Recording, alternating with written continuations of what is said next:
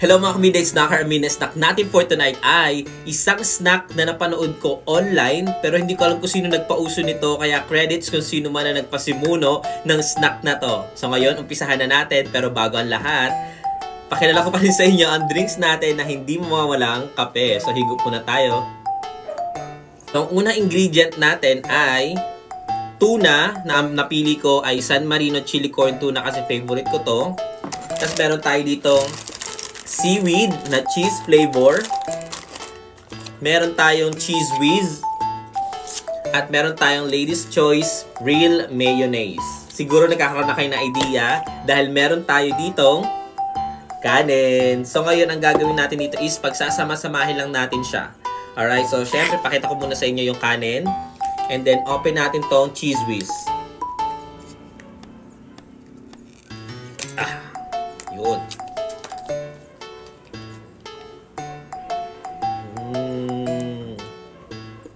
Ang dami nito pero ubusin na natin siya. Wow. Umaapaw, ang dami. Hindi ko na siya inubos, guys. Sobrang dami, baka may maging maalat siya.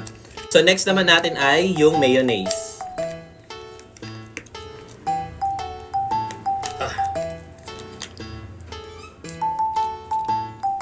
Damihan din natin siya kasi ang dami nating nilagay na cheese. Ayan. Next, open muna tayo ng isang seaweed.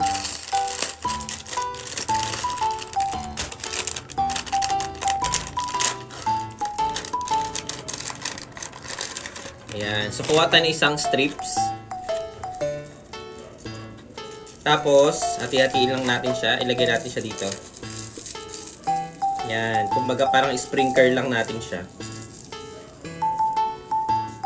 Ayan.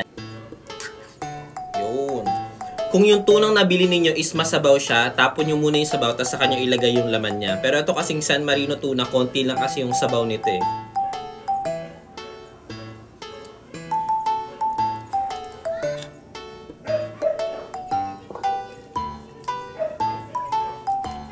Ang dami niya. So, haluin lang muna natin siya. Napadami tayo ng mayonnaise tsaka ng cheese whiz, kaya masabaw, masos. Mas maganda kasi guys kung hindi ganun kadami nilagay natin para kahit papaano sticky siya. Kasi ngayon tinan nyo, masos.